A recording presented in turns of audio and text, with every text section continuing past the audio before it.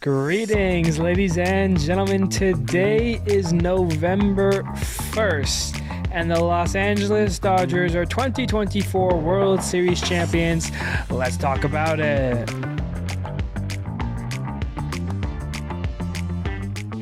Hello, everybody. My name is Steven. This is the middle of the order.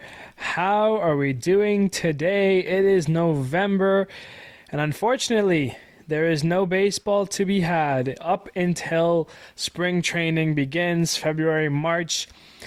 Welcome to the off-season. We're here. Unfortunately, no more baseball for a few months. Very unfortunate, but a lot of great sports to be watching in the meantime, but screw all of the other great sports. We're here to talk baseball, and of course, we're here to talk about the Los Angeles Dodgers are the World Series champions. It's the big news of the week, in case you missed it. Dodgers came into Yankee Stadium. They were up 2-0. And they take 2 of the 3 in New York and finish off the Yankees. And they are the World Series champions. And no more Mickey Mouse title. That's kind of been the word of the interviews from a lot of the players who were on that 2020 World Series team for the Dodgers. However you see it, COVID, obviously a weird time, obviously 60 games. They still have that World Series in the bag, so it's their second World Series in the last 5 years. Pretty crazy stuff there. Of course, they've had some unlucky exits to some of the division rivals the last couple of years. They lost to the Diamondbacks last year in the division series, lost to the Padres the years before in the division series. And, overall, the playoff success has been some unfortunate stuff in the recent years, but they're here. They've won it. They had Ohtani, and the team is an absolute unit of a team. So congratulations, obviously, to all of those members of the team who were on the Dodgers. Guys like Teoscar Hernandez, who had a nice series. Freeman, who wins his second World Series. It's his first with the Dodgers. Ohtani, his first ever World Series, first ever postseason, and he wins the whole darn thing. Last year he's a World Baseball Classic winner, wins it for Japan. This year, World Series title, and he's only in year 1 of his 10-year contract. Mookie was on that 2020 Dodger team in COVID, but he was also on the Boston Red Sox in 2018 when they beat the Dodgers in the World Series. So it's his third World Series ring. Will Smith hits his second, and because of that, Will Smith has won the World Series in the last 5 years. So that's always fun. Max Muncy gets his second. Tommy Edmonds, a World Series champion, so good for him. Lux, Pages, the list goes on and on. Yamamoto, his first year in the big leagues, he's a World Series winner. Tyler Glasnow, Gonson, the guys who were hurt and weren't really around. How about Kopech and the bullpen as a whole, Gratterall, Brent Honeywell. So many great Dodgers and great players who have earned, their first or second World Series title. So great stuff all around for the Dodgers. And player who, won the World Series this year. And, of course, the goal for them will be to win the World Series every year that they have Ohtani. The next 10 years, the window is wide open for the Dodgers. They're going to be the team to beat for a long, long time. Moving on here. How about we give our flowers to the one and only Freddie Freeman. What a postseason. What a World Series he had. He is the 2024 World Series MVP. And prestigious honors, of course. We know what he did on the field. 6 hit for 20, a triple and 4 home runs. He had 5 extra base hits out of his 6 hits. Drove in 12 RBIs for a record, 5 runs, 2 walks, only struck out once, a good for a 300 average, and a 1.364 OPS. There was really no one else who could have won this award. It was Freeman's to lose. And he earned it. He played his heart out, hitting those home runs, clutch home runs. and streaky home runs as well. Helps his team get in and win the whole darn thing. So the Dodgers, World Series champions. Freddie Freeman, an MVP for the World Series. Good for him. Of course, when the Braves won in 2021, Soler was the MVP over Freeman. But this time, Freeman gets some flowers, gets the MVP. But of course, very professional answers in some of his interviews. He did it for the team. He wanted the World Series trophy, and that's what the Dodgers have. So good for them. We're going to dive into the games here, go over them quickly, and then we'll talk about what's coming up for the season here. I should say the off season. So, starting with the baseball games. Game 3. We're in New York finally. Let's see a change of pace.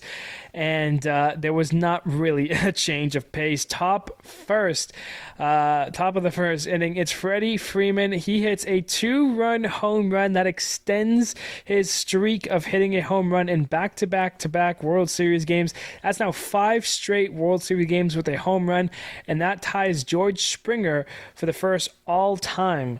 So if he hits one on Game 4, he would have that record. Mookie adds a run in the 3rd inning. He hits a single to drive one in, and then Kike Hernandez drives in a run on a single in the 6th inning. It's 4-0 Dodgers. Meanwhile, the Yankees are, doing nothing. Legitimately nothing. They were struggling against Walker Buehler, and then once that Dodger bullpen parade came into play, it was pretty much over up until really the bottom of the 9th with 2 outs. Legit their final out. Alex Verdugo gets a 2-run home run that avoids the shutout, but the Dodgers are 1 win away from sweeping the World Series. They take it 4-2 in Game 3. This is Walker Buehler versus Clark Schmidt, who just didn't have it at all in this game. Game 4. Once again, hello, good evening, good night, goodbye. Freddie Freeman, another 2-run home run in the first to open the ball game. It extends his hitting streak of hitting a home run in a World Series at back-to-back games. Deja vu talking, but now it's up to 6, and he stands alone for the record, passing George Springer. In the bottom of the first, we had crazy amounts of fan interference, and I say crazy amounts, I mean one fan grabbing Mookie's arm and trying to rip his glove off his hand. Disgusting from those Yankees fans. Absolutely vile. But Mookie was okay, and thank God for that. Later on in this game, though, Alex Verdugo, he grounds out into second. That does bring a Yankee run in, though. So last couple of things, it's just Verdugo. Where are the rest of the Yankees? Finally, they have their moment of the postseason. Anthony Volpe launches a grand slam. That gets the Yankees the lead. It's a huge moment. The Bronx goes crazy. Momentum finally on the Yankee side for a moment here, because in the 5th, the Dodgers start to come back. It's a Will Smith solo shot, and then Freddie Freeman, he grounds out to force in a run. That makes it a 1-run game. Yankees need some insurance, and they get it from their catcher. Finally, Austin Wells able to contribute. He hits a solo shot in the 6th inning. 2-run game. We head to the 8th, and the Yankees drop a hammer. Verdugo gets a fielder's choice that scores a run, and then Gleyber Torres launches a 3-run home run, and just for good measure, later on, Judge an RBI single. He gets his first RBI. 5 runs in the 8th blow it open for the Yankees as they avoid the sweep. No team has ever made it back from down 3-0 to win the World Series. They would start their road to history, finally getting a win in Game 4, 11-4, your final in that one. And that takes us to the rematch of Game 1. It is Game 5, Jack Flaherty versus Garrett Cole. Finally, and I mean finally, Aaron Judge hits a home run. It's a 2-run shot in the first, and don't get too excited yet because Jazz Chisholm goes back to back with Judge, and it's an early 3-0 Yankees lead. Verdugo, the very next inning, he singles in a run, and then in the 3rd inning, it's Giancarlo Stanton with a solo shot. 3 Yankee 3 home runs in the first 3 innings of this game. They're going to head back to LA and possibly force Game 7. What an incredible game. The 5th inning. The Yankees collapse. 3 errors in the inning. A dropped ball hit to Judge. A missed throw from Volpe gets Jazz off the bag at third. And then Garrett Cole forgets to cover first. All of these 3 errors led to so much trouble. They had 2 outs in the inning. Nobody was in. It was 5-0. But those 3 errors allowed the bases to be loaded with 2 outs. Mookie singles, that scores 1. Freddie Freeman gets a 2-run single, and then Teoscar Hernandez a 2-run double. The 3 errors implode the Yankees. We are tied in the 5th. Giancarlo Stanton, he gets a sac fly in the 6th to get the Yankees the lead. They would hold on to it until the 8th. Gavin Lux gets a sac fly. Mookie Betts gets a sac fly. And with that, the Dodgers have the lead. They're 6 outs away. Scratch that, they're 3 outs away. Bottom 9th, Walker Buehler comes out to close up this series. The Yankees get eliminated. They're done. The Dodgers become the 2024 World Series champions. Buehler strikes out Verdugo to end it. 7-6 your final, and the Dodgers can celebrate in the Bronx in Yankee Stadium. They are the World Series champions.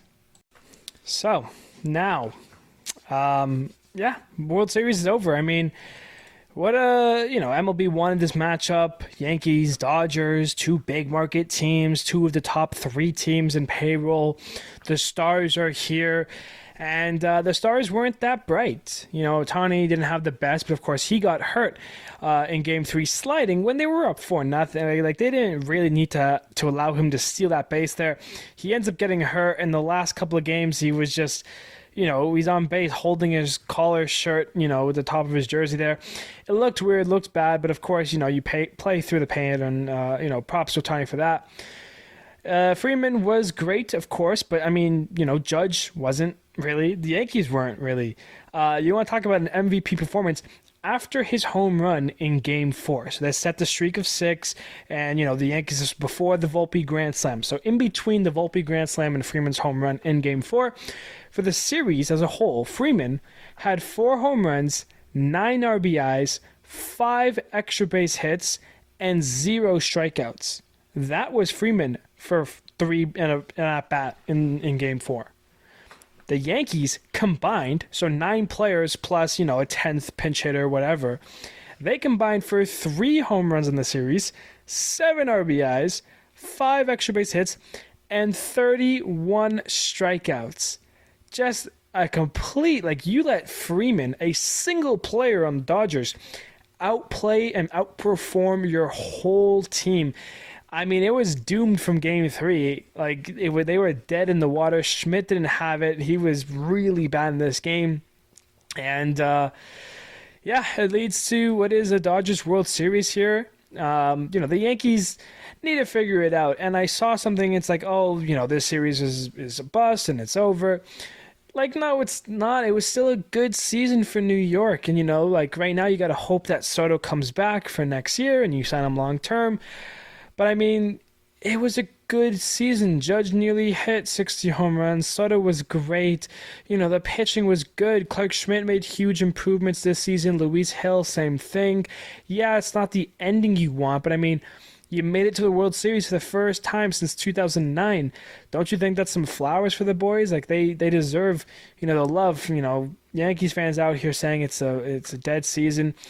Don't get me wrong. I think the Yankees need to take a look at themselves still and kind of see what they want to do. Since 2013, the Yankees have played 12 playoff series, and they're 6-0 when it's a playoff series versus an AL Central team, and they're 0-6 in a series versus any other team, whether it be from the NL, the AL East, or the AL West.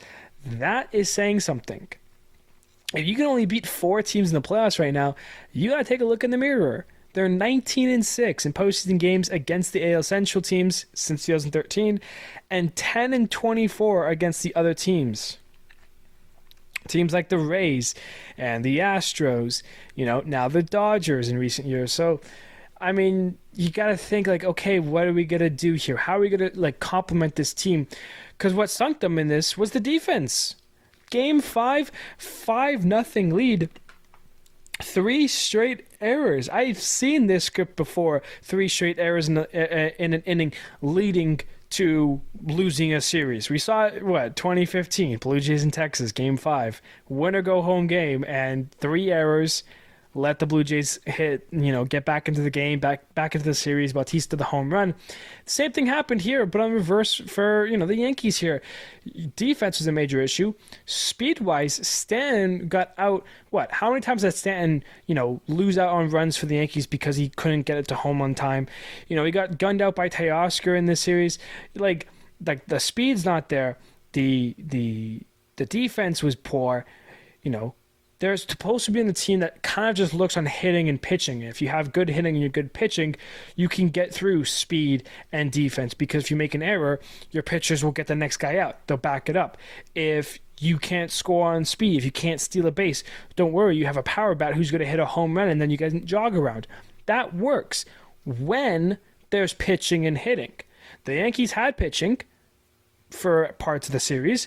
They didn't have hitting. So what it is you're getting low-scoring games. You're getting the Yankees who can't, they can't score runs. So when one pitcher makes a mistake, when one pitcher doesn't have it, the ship's already sunk at that point. You can't come back from that. So it was a tough series for the Yankees to end their season with. This could be a kind of long walk through the offseason here to get back to the regular season, do it all over again, and try to get back to the World Series. But yeah, tough one for the Yankees fans, but good for the Dodgers, and obviously, that's the name of the game, that's the name of sports, and that's the World Series for you. All right, now, so we're going to be putting the 2024 season behind us, or at least start to put the season behind us, and it's time to focus on the offseason coming up now. So that's always going to be fun now, with rumors and trades and all this stuff to better your teams for the 2025 MLB season here. So yeah, I'm excited to get talking about some of the stuff here. Just wanted to go over a few things beforehand, talk about some of the dates and everything. Already things have happened. I'm here sitting recording this, with options and trades already being dealt and done, which is, hey, that's the name of the game. You want to get better, you got to do what you got to do. But, how about we get a day or two before we even start diving into all this stuff? Not the way the world works. So baseball's already going and underway here.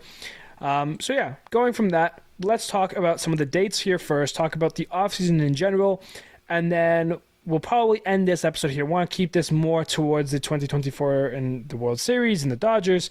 But all the stuff that's already happened that I know has happened, that if you're watching this and listening to this and you know baseball, it's happened.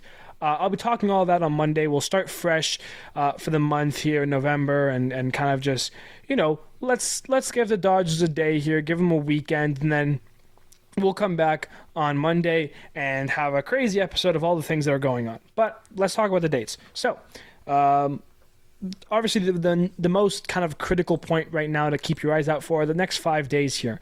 So in the next 5 days, basically from yesterday, or as soon as today started, the November or October 31st here, yesterday,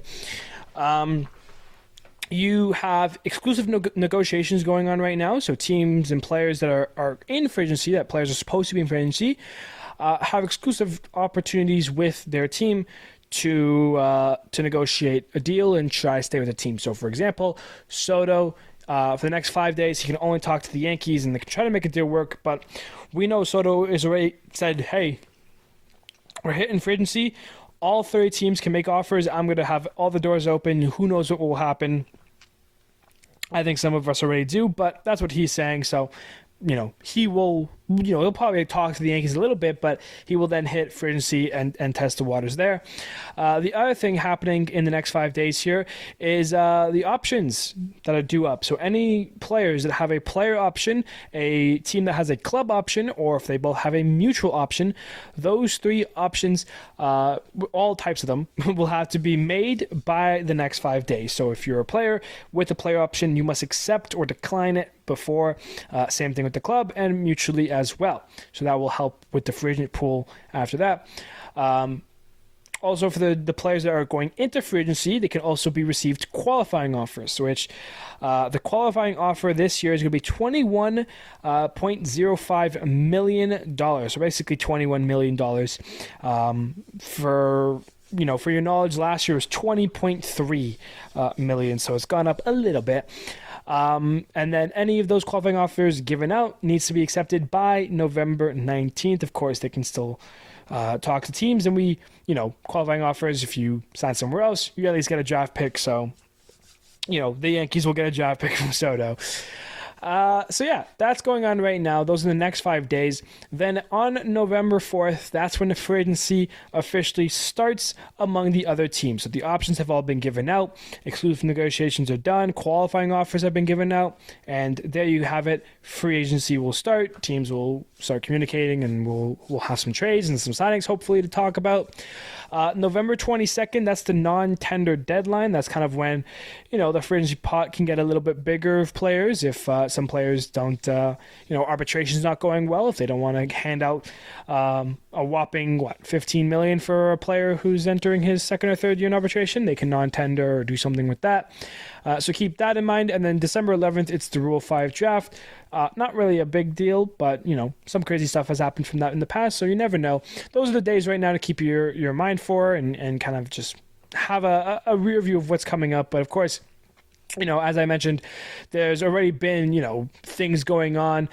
Soler got traded already, Giolito, Moncada, some of these guys have already accepted, denied offers, or options, Margot. So I'm going to make a list. We'll talk about all the big names. I'm not going to go over every player, especially, Jimmy B, Butler, and Team 36. Like, who cares about that guy? But, the main guys we'll be talking about here. So I'll make that list. We'll start all the free agency talk and go over everything on Monday, which is November 4th. So it kind of works out because then, I'll have all the mutual options and all the options in general. I'll have all the guys who have qualifying offers.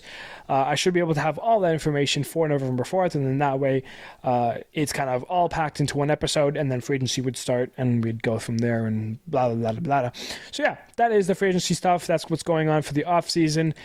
So get excited for those days. And the last thing I really want to talk about here today is I saw already 2 players have announced their retirement from the MLB, from their MLB careers, essentially. So I wanted to just kind of highlight those and go over those really quickly. Of course, one, you might have caught it if you were watching the World Series on Wednesday.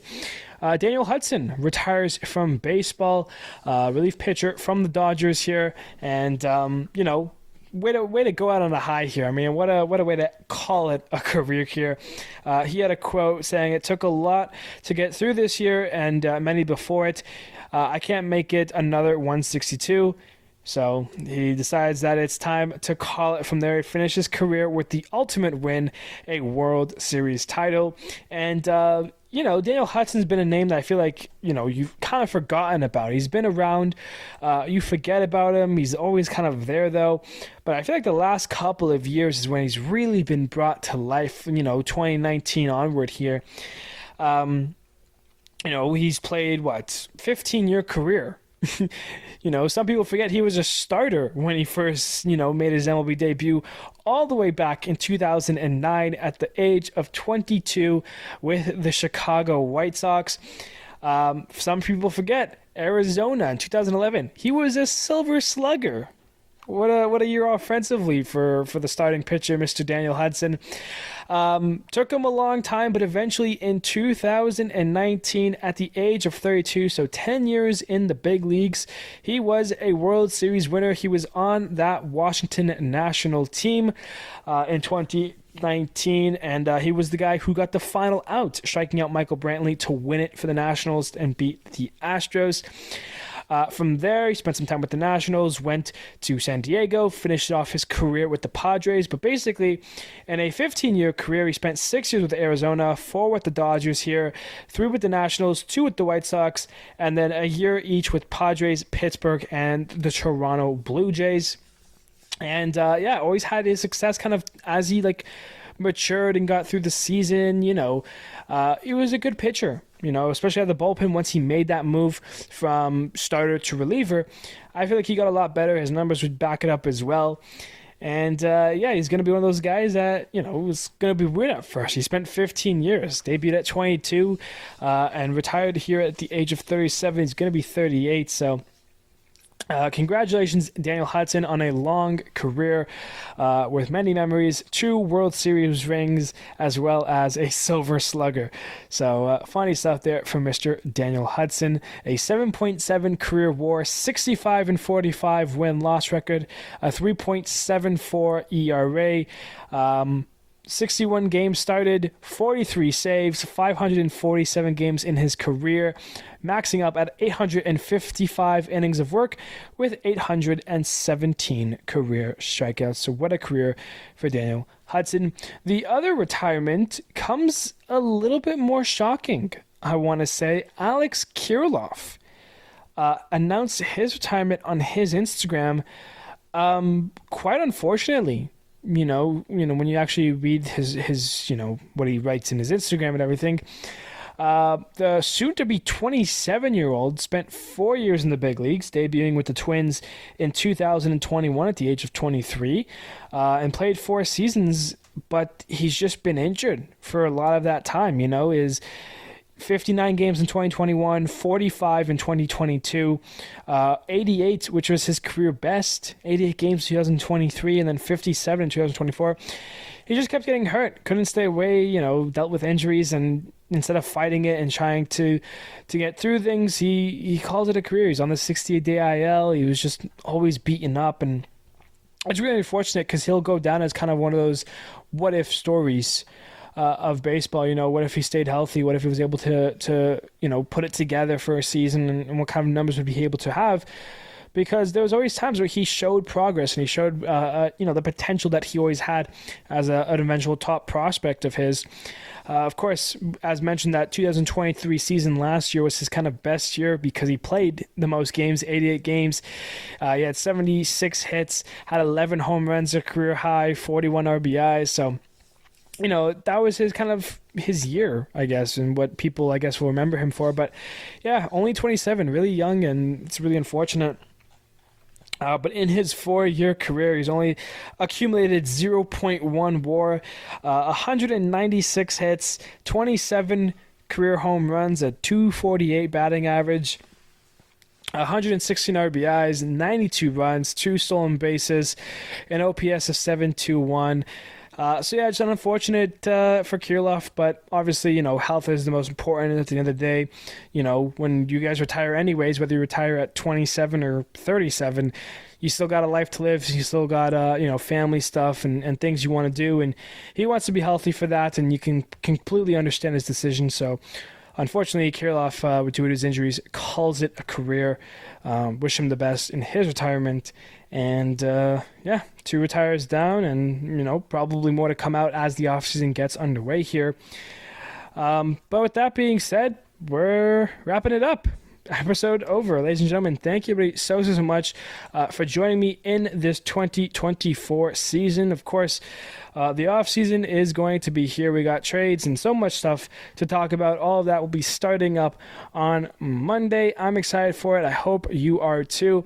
I appreciate you all. Congrats to the Dodgers. Thank you everybody so much, and I will see you on Monday.